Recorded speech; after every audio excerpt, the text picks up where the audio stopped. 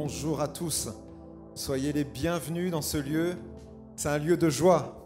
On va dire bonjour aussi aux internautes qui vont nous écouter et ensemble on va pouvoir élever le nom du Seigneur. Amen. Ensemble on va démarrer par ce chant en se levant, le nom de Jésus.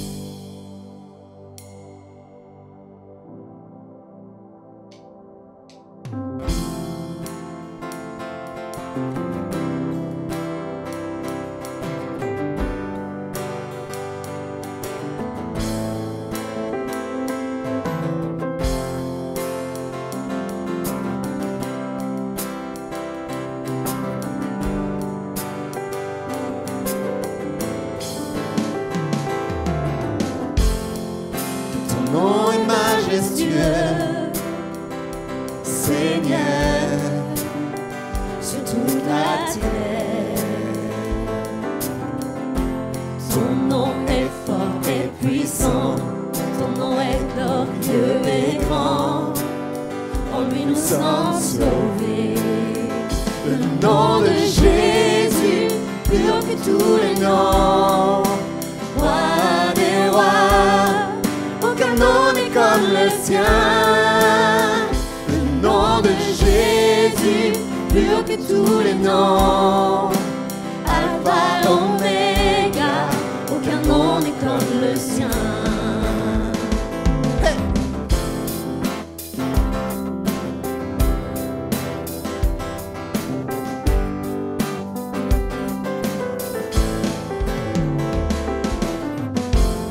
Ton nom est comme un doux parfum, déversé sur mon âme, sur mon âme. En ton nom, nous surmontons tout, en toi nous avons la victoire. Ton nom est tout puissant, le nom de Jésus, plus haut que tous les noms, roi des rois, aucun nom n'est comme le sien. Que tous les noms, Alpha, Oméga, aucun nom n'est comme le sien. Le nom de Jésus, plus haut que tous les noms,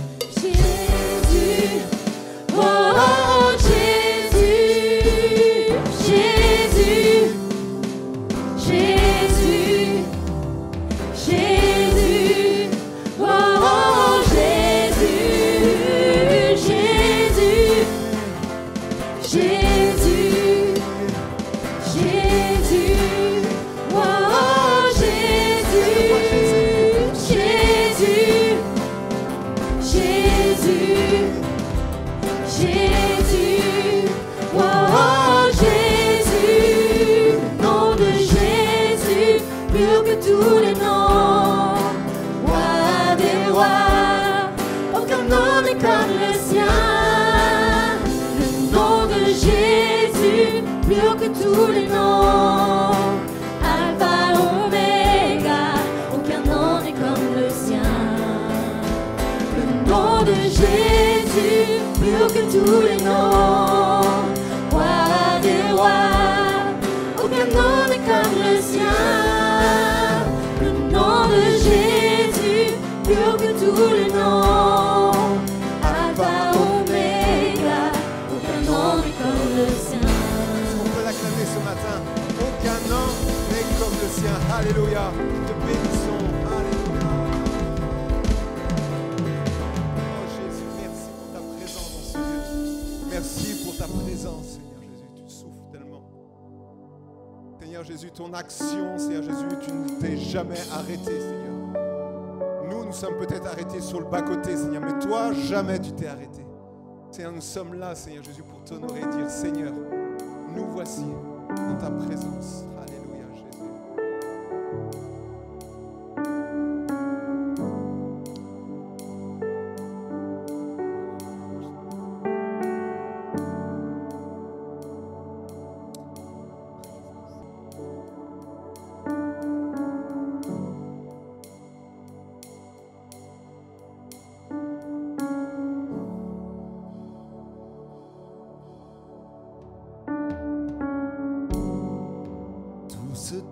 J'ai marché, ces murs ne sont pas tombés, mais jamais tu ne m'as laissé.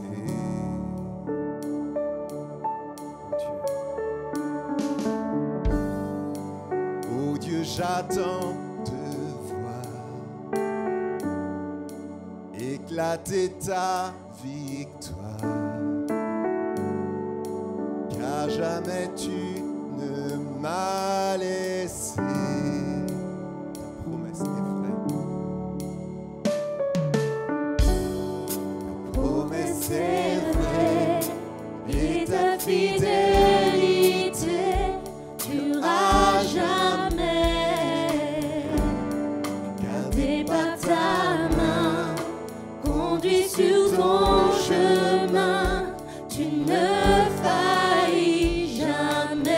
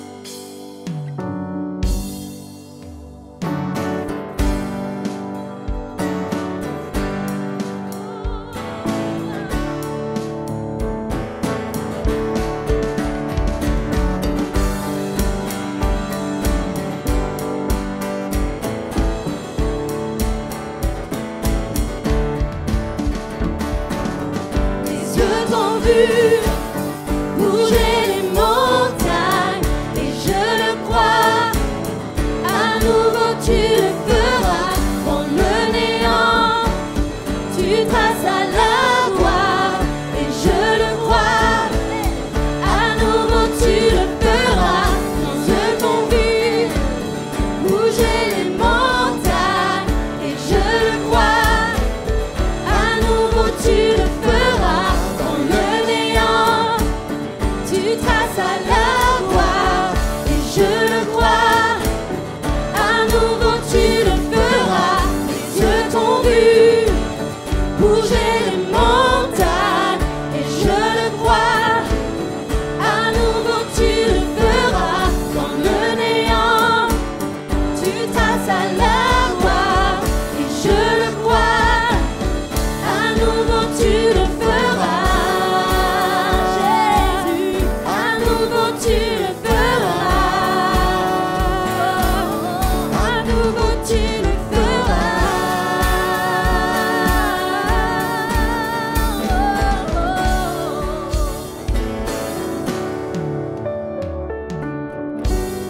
Ta promesse est vraie, et ta fidélité durera jamais. Gardé par ta main, conduit sur ton chemin, tu ne faillis jamais. Ta promesse est vraie, et ta fidélité durera jamais. Gardé par ta main, conduit sur ton chemin, tu ne faillis jamais. Ne faillis jamais. Tu ne faillis jamais. Tu ne faillis jamais.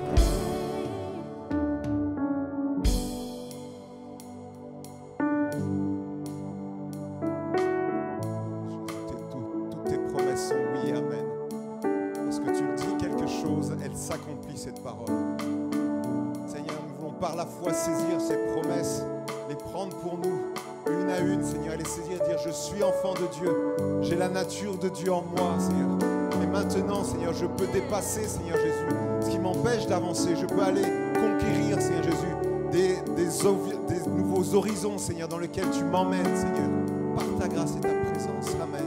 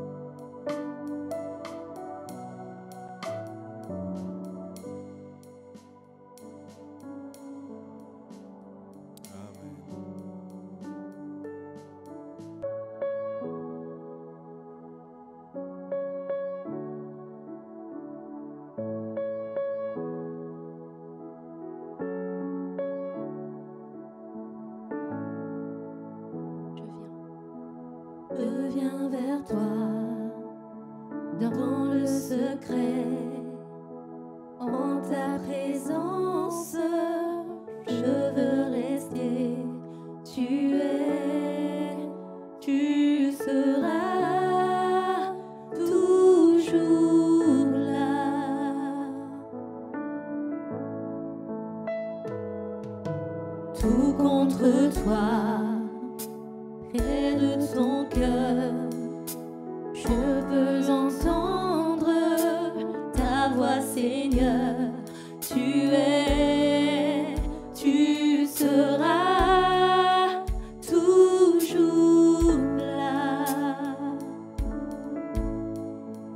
Ébloui devant toi, éternel.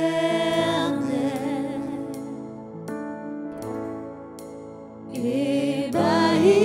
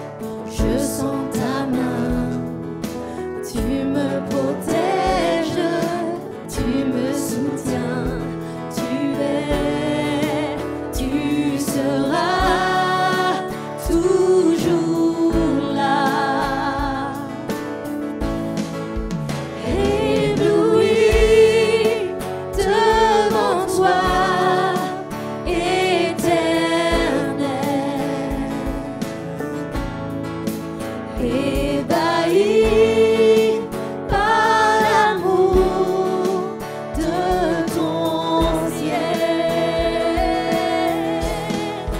Je suis là à tes pieds, je viens t'adorer, je désire habiter près de toi.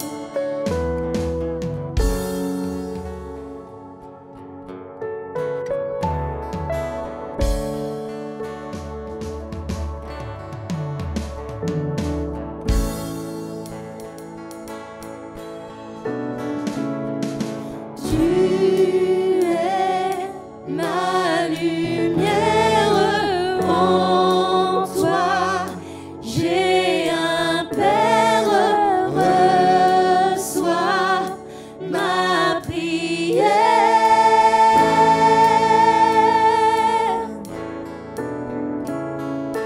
Tu es ma lumière, en toi j'ai un Père, reçois ma prière.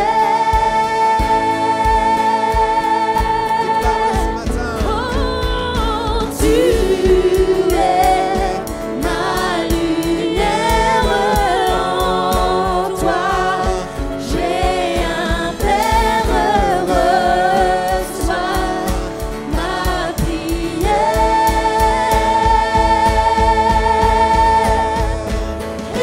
Ébloui devant toi, éternel. Alléluia. Ébahi par l'amour de ton ciel. Je suis là à tes pieds, je viens t'adorer, je désire habiter près de toi.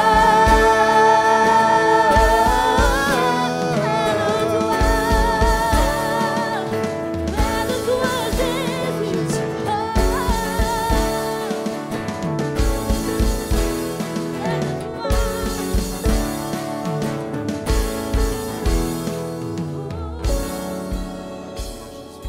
Tu es notre lumière, Seigneur, qui brille chaque jour de notre vie. Lorsque nous sortons de ce lieu, lorsque nous allons au travail, partout où nous allons, Seigneur Jésus, tu es la lumière qui brille en moi. Oh Seigneur Jésus, tu veux briller dans ce monde, pouvoir témoigner combien tu es grand, combien tu es bon, et tu reviens bientôt reprendre ton peuple. Et ensemble, nous allons pouvoir t'acclamer ensemble, nous allons proclamer le roi des rois, l'alpha et l'oméga, dès maintenant et à jamais. Alléluia. Que le nom de Dieu soit béni. Alléluia. Règne Jésus, règne dans nos cœurs. Alléluia. Alléluia. Oh Jésus, Jésus. Oh, à toi revient toute la gloire et l'honneur. Oh, tu es ma lumière.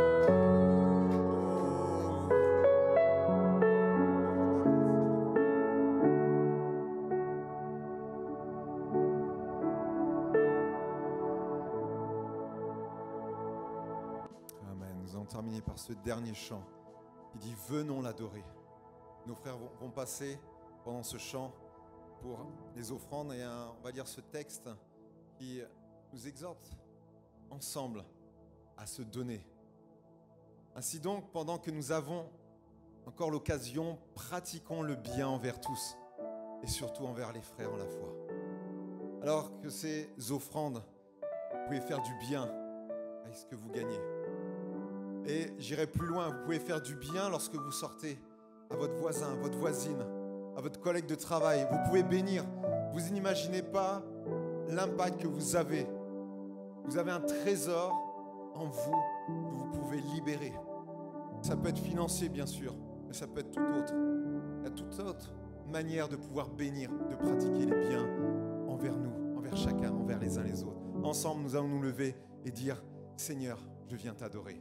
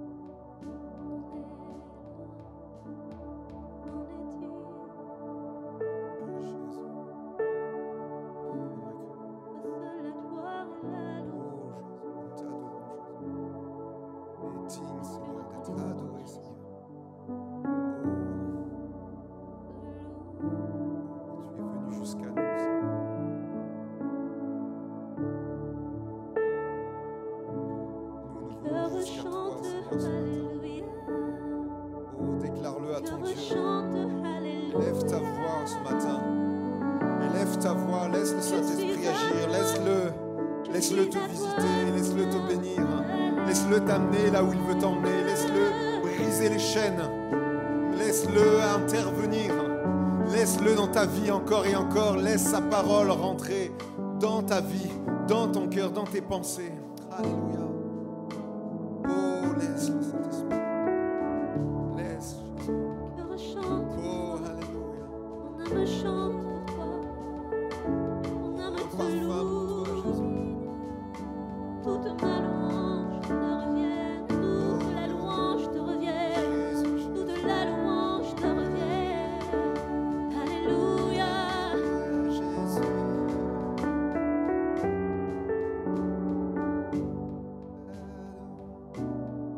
Et le Saint-Esprit.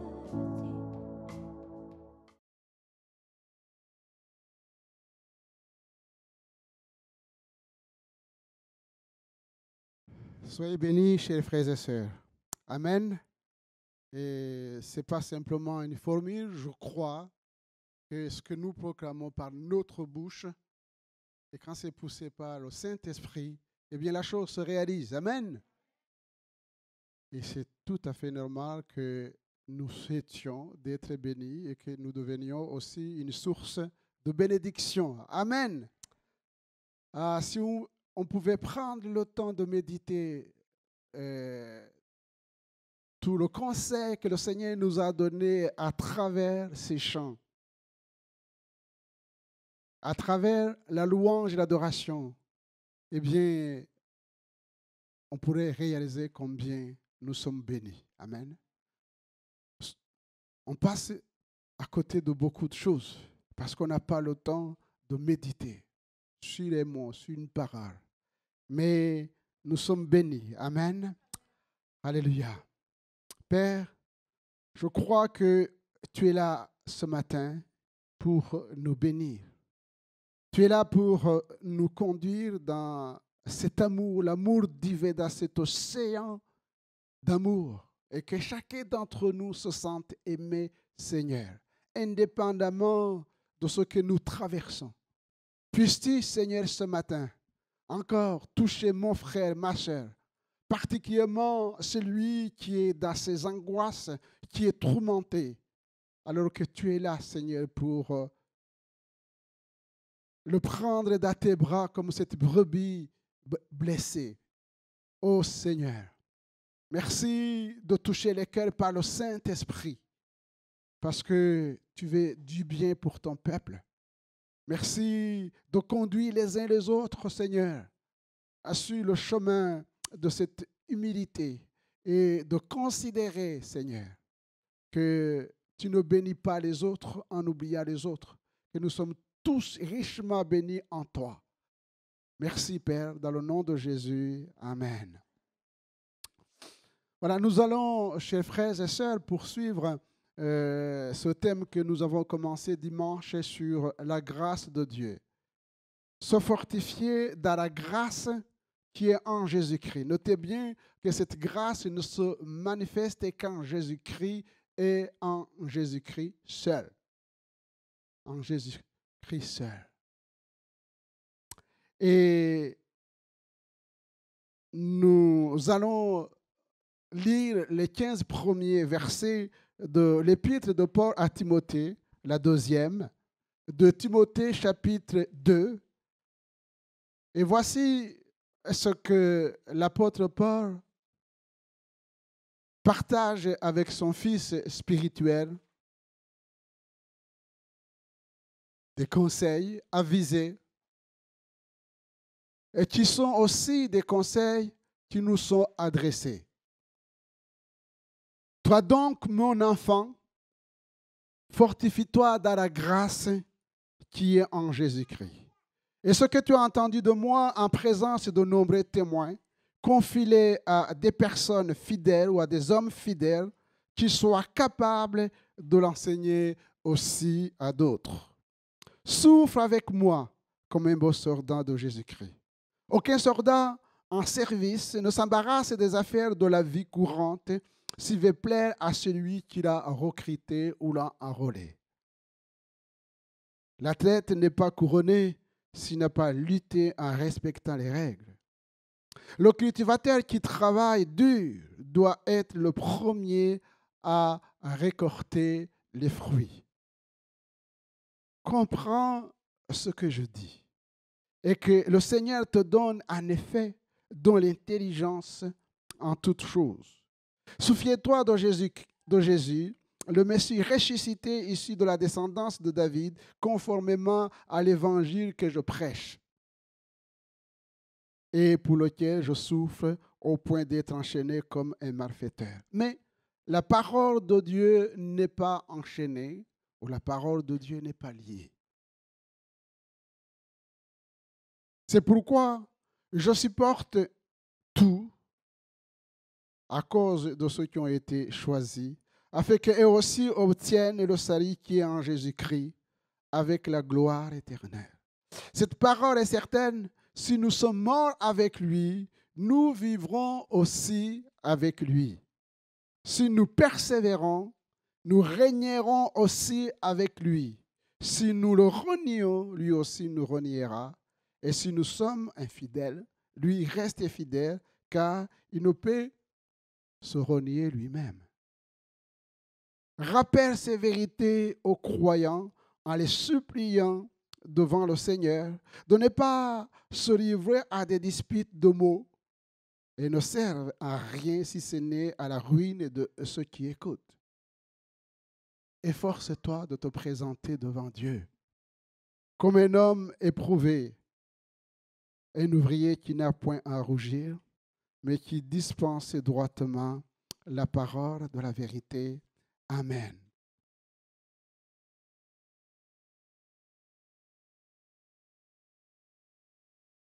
À travers cette exhortation adressée à l'apôtre Paul, plutôt adressée par l'apôtre Paul à Timothée, c'est une exhortation qui nous est aussi adressée. Nous sommes sauvés par grâce. Amen. Nous ne sommes pas sauvés par nos œuvres. Et c'est une grâce. Qui que vous soyez, quelles que soient vos conditions, riches ou pauvres, ignorants, les savants, de quel continent d'où vous venez, eh bien, cette grâce est la même pour tous. Amen. C'est une grâce qui est offerte à chacun d'entre nous. Et l'apôtre va dire à Timothée, Dieu t'a accordé une bénédiction. Cette grâce, c'est à toi maintenant de te fortifier dans la grâce. Et je disais dimanche passé, je reprends cela, c'est que beaucoup de gens attendent à ce que Dieu les fortifie. Dieu nous dit ce matin, mon fils, ma fille, fortifie-toi dans la grâce qui t'a été donnée en Jésus-Christ. Se fortifier par cette méditation qui est quotidienne. J'allais dire cet amour de la parole de Dieu, se fortifier en plongeant le regard dans les Saintes Écritures. Et notre responsabilité consiste à veiller sur nous-mêmes. Veille sur toi-même. Veille sur toi-même. Le Seigneur accomplit, chers frères et sœurs, parfaitement ses responsabilités.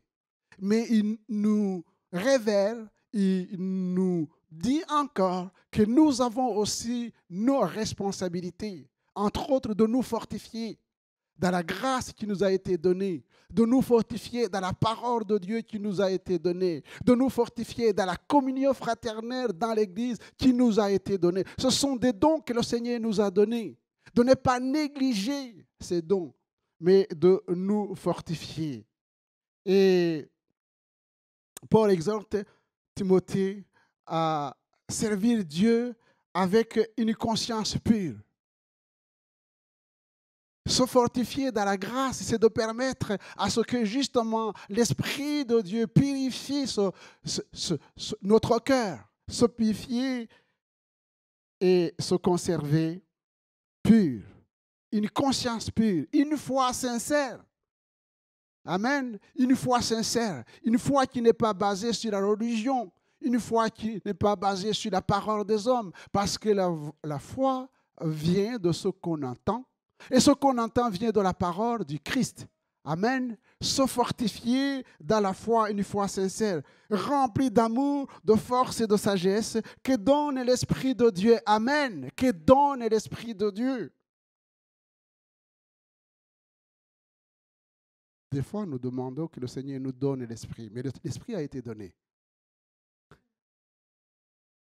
L'Esprit a été donné. C'est à nous de saisir l'Esprit qui nous a été donné. Et peut-être de permettre à ce que justement la parole de Dieu nous montre qu'est-ce qui empêche que nous soyons constamment remplis de l'Esprit de Dieu. Qu'est-ce qui nous empêche de servir le Seigneur en esprit et en vérité. Cet exercice de se conserver pur consiste aussi à s'abstenir des souillures du monde. Et ça, c'est notre responsabilité de s'abstenir des souillures du monde. L'apôtre Paul ajoute, une fois construit, édifié, fortifié, eh bien, Christ nous a confié aussi une mission, c'est de transmettre ces vérités, ces enseignements à des hommes fidèles. Amen. À des hommes fidèles. Et dimanche, c'était la fête des mères. Je dis, c'est très facile d'être fidèle à Dieu. Mais est-ce que les hommes sont fidèles à leurs épouses?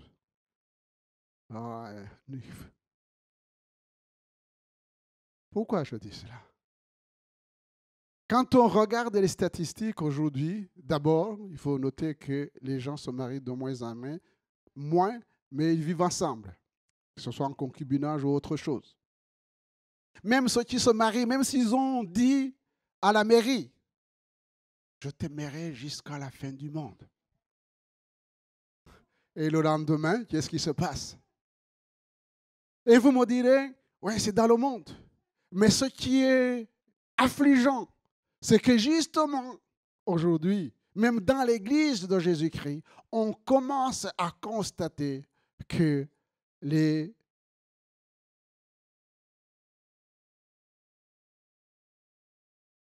gens qui sont mariés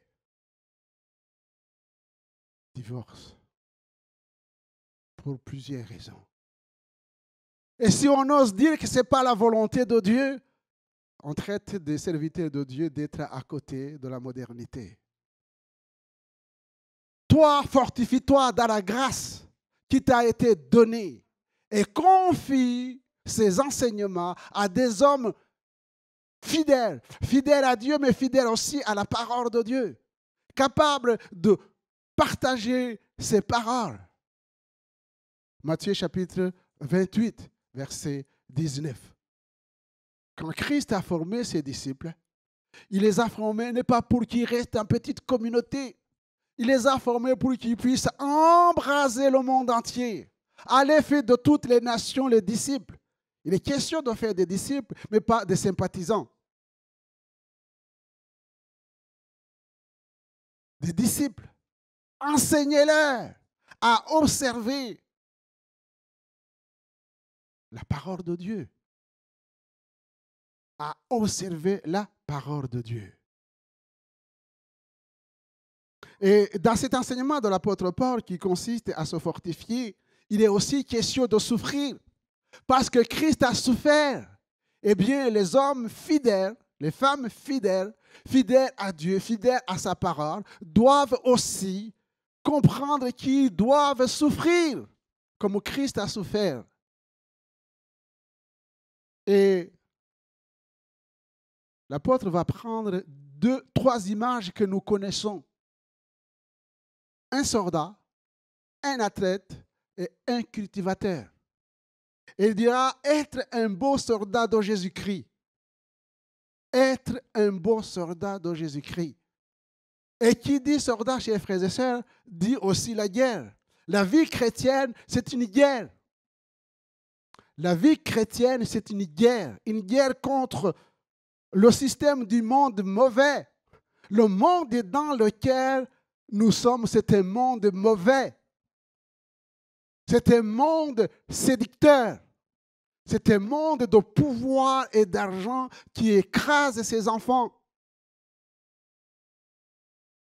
Et l'apôtre Paul nous dit que nous sommes appelés. Ces hommes fidèles, capables, doivent d'abord résister au système du monde mauvais, contre la nature pécheresse, notre propre nature à nous. Elle est charnelle. On n'arrive pas à la briser d'une manière définitive. Contre Satan et ses démons. D'abord contre un système mauvais. L'exemple du soldat. Notez qu'un soldat dans le monde doit être choisi parce qu'il aime son pays. Il aime son pays et il désire le défendre.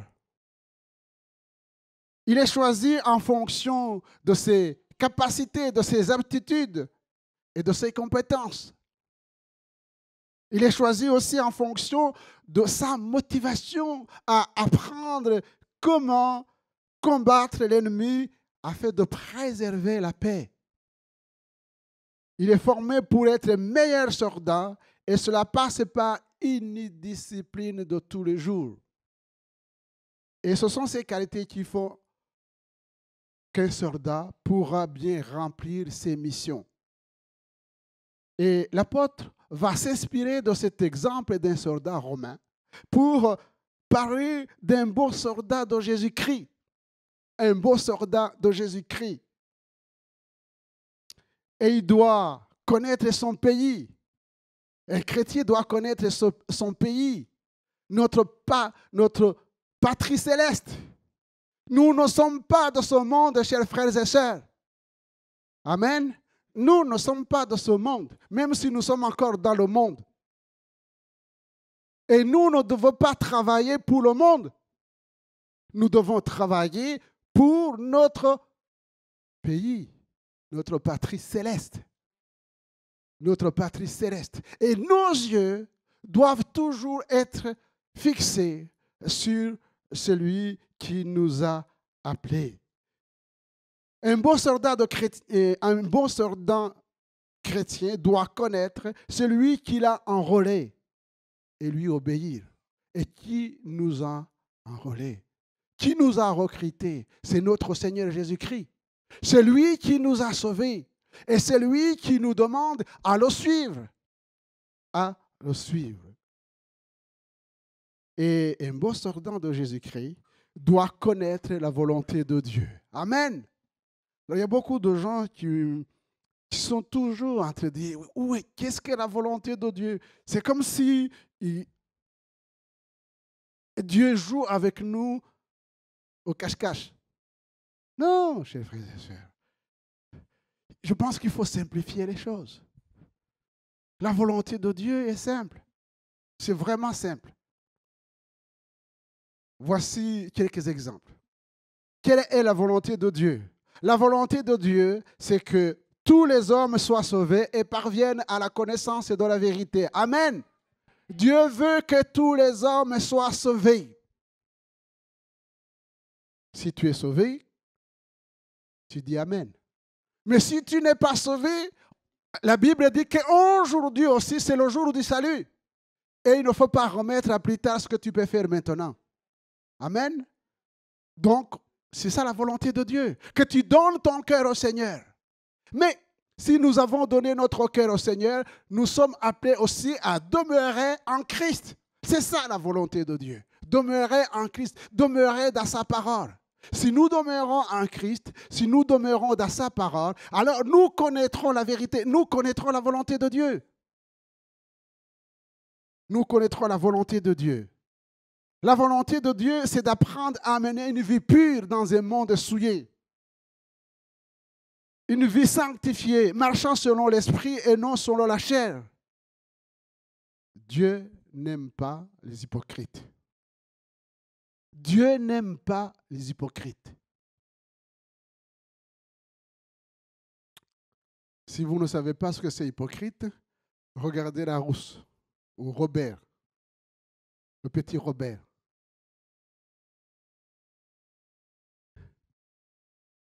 Dieu n'aime pas les hypocrites.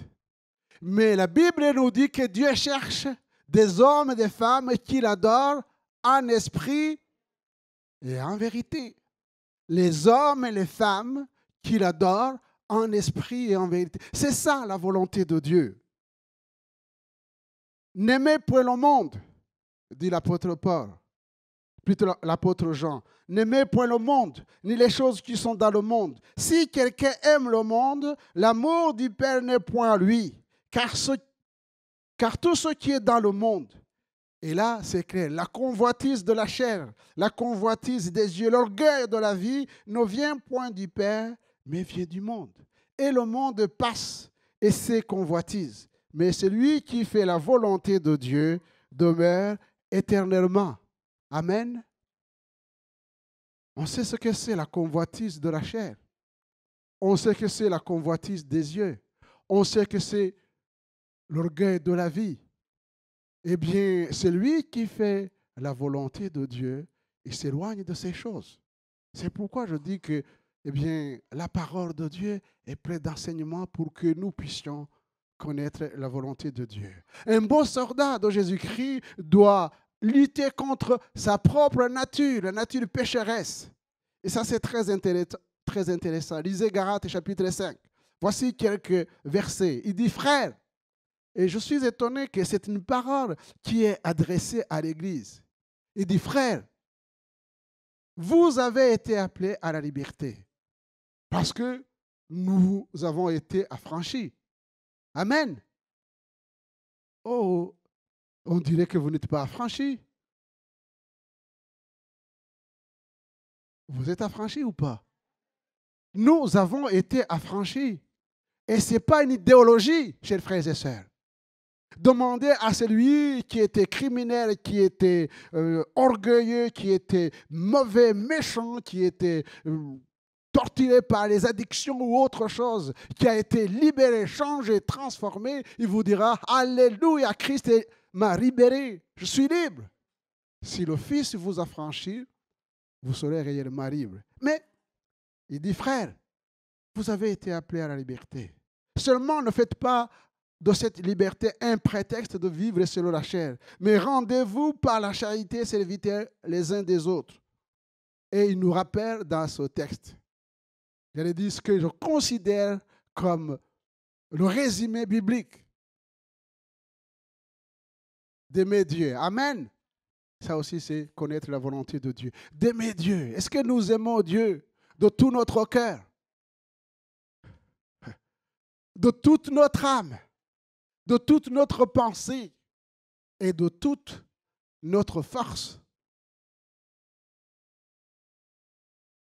Nous sommes sur le chemin. Nous progressons. Et peut-être là où nous péchons, c'est d'aimer notre prochain comme nous-mêmes. Et tu aimeras ton prochain comme toi-même. Tu aimeras ton prochain comme toi-même. Mais si vous vous mordez et vous vous dévorez les uns les autres, prenez garde que vous ne soyez détruits les uns par les autres. Vous vous rendez compte des termes que l'apôtre Paul utilise au sein de l'Église? Se mordre, se dévorer. Ce sont des bêtes féroces qui font ce genre de choses. Vous avez vu des lions dévorer un animal?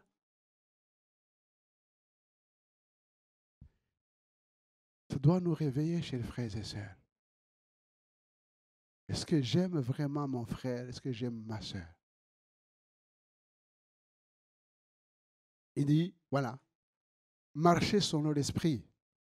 Parce que ce genre de choses, des conflits, des disputes qui mènent à ce que les gens eh bien, en viennent à se haïr, ne viennent pas de Dieu.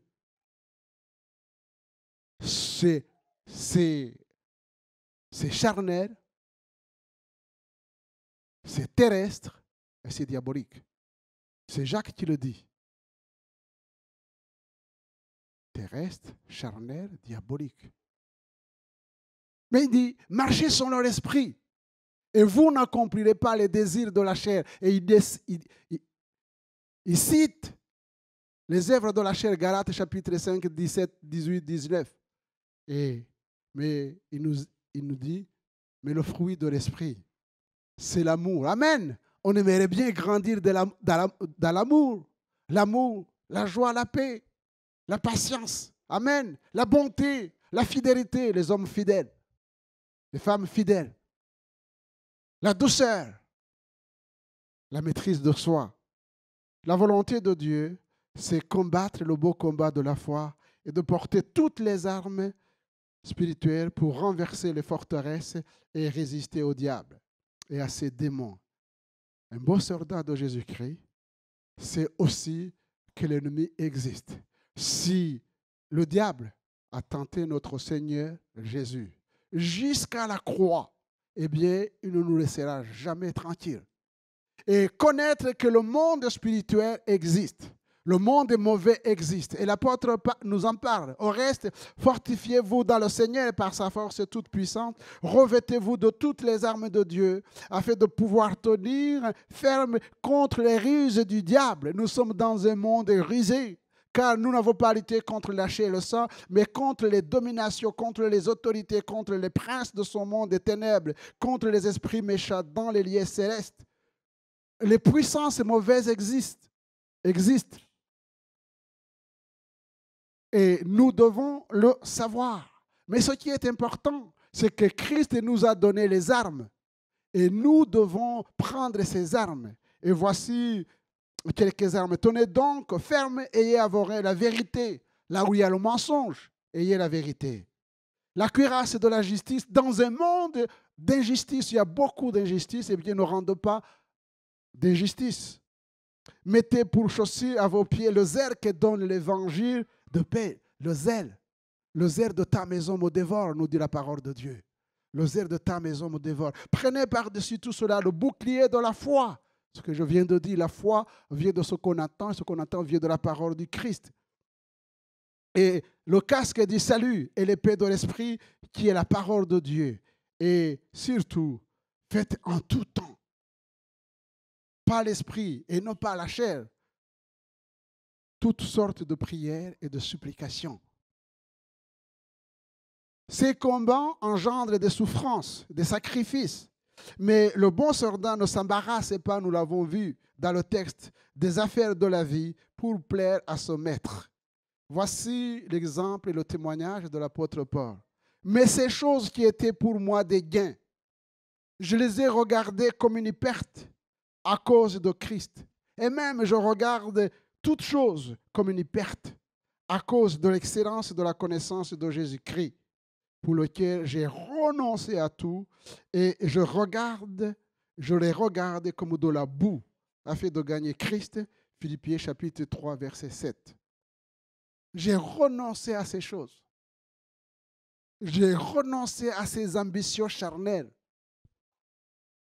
Ces choses qui pourraient me dévier des plans et des projets de Dieu.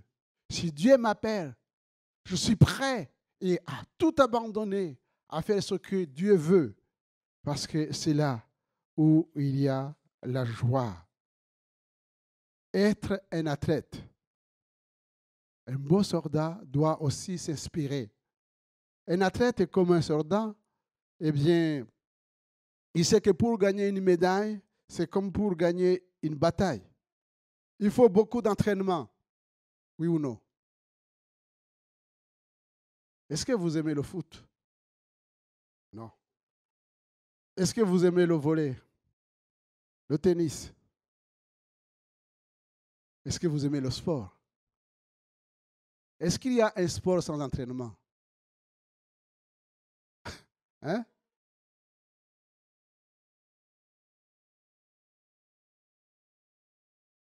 Il faut beaucoup d'entraînement et de discipline. Il faut suivre les règles, oui ou non? Il faut suivre les règles. Tout travail et toute discipline de l'athlète sont réduits à néant s'il n'obéit pas aux règles qui régissent la compétition. Il sera disqualifié, même s'il arrive le premier. il sera disqualifié. Il en est de même sur le plan spirituel. Il en est de même sur le plan spirituel. Voici le témoignage de Paul dans 1 Corinthiens chapitre 9, verset 24. Ne savez-vous pas que ceux qui courent dans le stade courent tous, mais qu'un seul remporte le prix? Courez de manière à le remporter. Tous ceux qui combattent s'imposent toute espèce d'abstinence. Il le faut pour obtenir une couronne incorruptible, une médaille, une coupe. Il dit, mais nous, faisons-le pour une couronne incorruptible. Moi donc, il prend son exemple. Je cours ne pas comme à l'aventure. Je frappe ne pas comme batailleur, mais je traite durement mon corps et je le tiens assujetti. C'est ce pauvre corps qui nous empêche de faire la volonté de Dieu. De peur d'être moi-même rejeté après avoir prêché aux autres. Il ne veut pas être disqualifié. Ne savez-vous pas que ceux qui courent dans le stade courent tous, mais qu'un seul a remporté le prix? Courez de manière à le remporter. Courez, courez, les yeux fixés sur le Seigneur Jésus. Et je termine avec le cultivateur. Un métier difficile, qu'il pleuve, vente, neige, le laboureur passe de longues heures à travailler dans l'espoir que les efforts physiques seraient récompensés par une bonne récolte.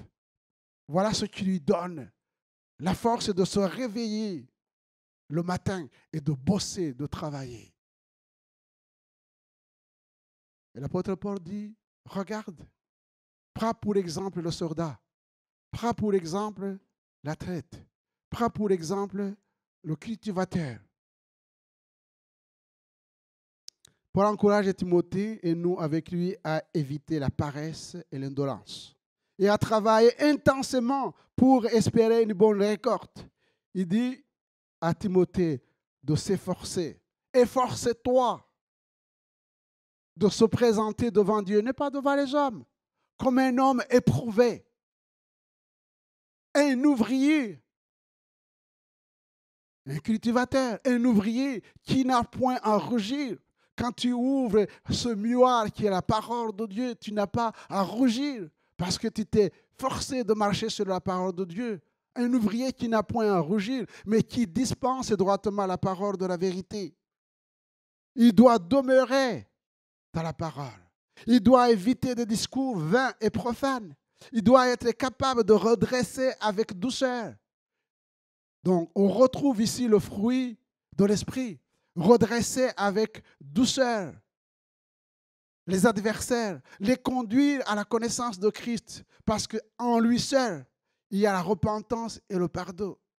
Et sachant que les temps sont difficiles, Timothée doit demeurer dans les saintes écritures qui peuvent, nous dit la parole de Dieu, rendre cet homme, cette femme, sage, accompli et propre à toute bonne œuvre. Et je vous laisse deux versets en conclusion. Dans le psaume 126, verset 5, nous lisons ceci, et c'est encourageant. Et ça va aussi avec la parole et le don qui ont été donnés. Ceux qui sèment avec larmes moissonneront avec chant d'allégresse. Et celui qui marche en pleurant quand il porte la semence revient avec allégresse quand il porte ses gerbes.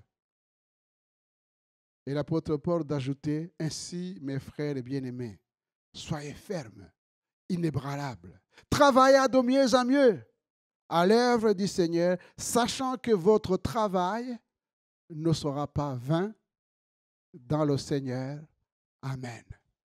Alors, chers frères et sœurs, fortifiez-vous dans la grâce qui nous a été en Jésus-Christ, et bien, qui nous a été donnée en Jésus-Christ, et nous verrons qu'effectivement, par sa grâce, nous remporterons la victoire. Prions.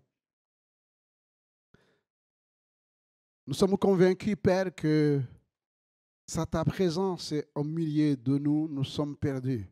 mais tu nous as assuré ta présence. Merci de bénir chacun d'entre nous et surtout d'ouvrir nos cœurs et notre esprit pour que nous puissions comprendre ta parole. Donne-nous, Seigneur, la force de mettre toujours en pratique ta parole. Merci de toucher celui ou celle qui est fatigué, malade. Donne, Seigneur, aux uns aux autres de grandir dans la foi et de remporter les victoires en saisissant les promesses de Dieu. Bénis chacun d'entre nous dans le nom de Jésus. Amen.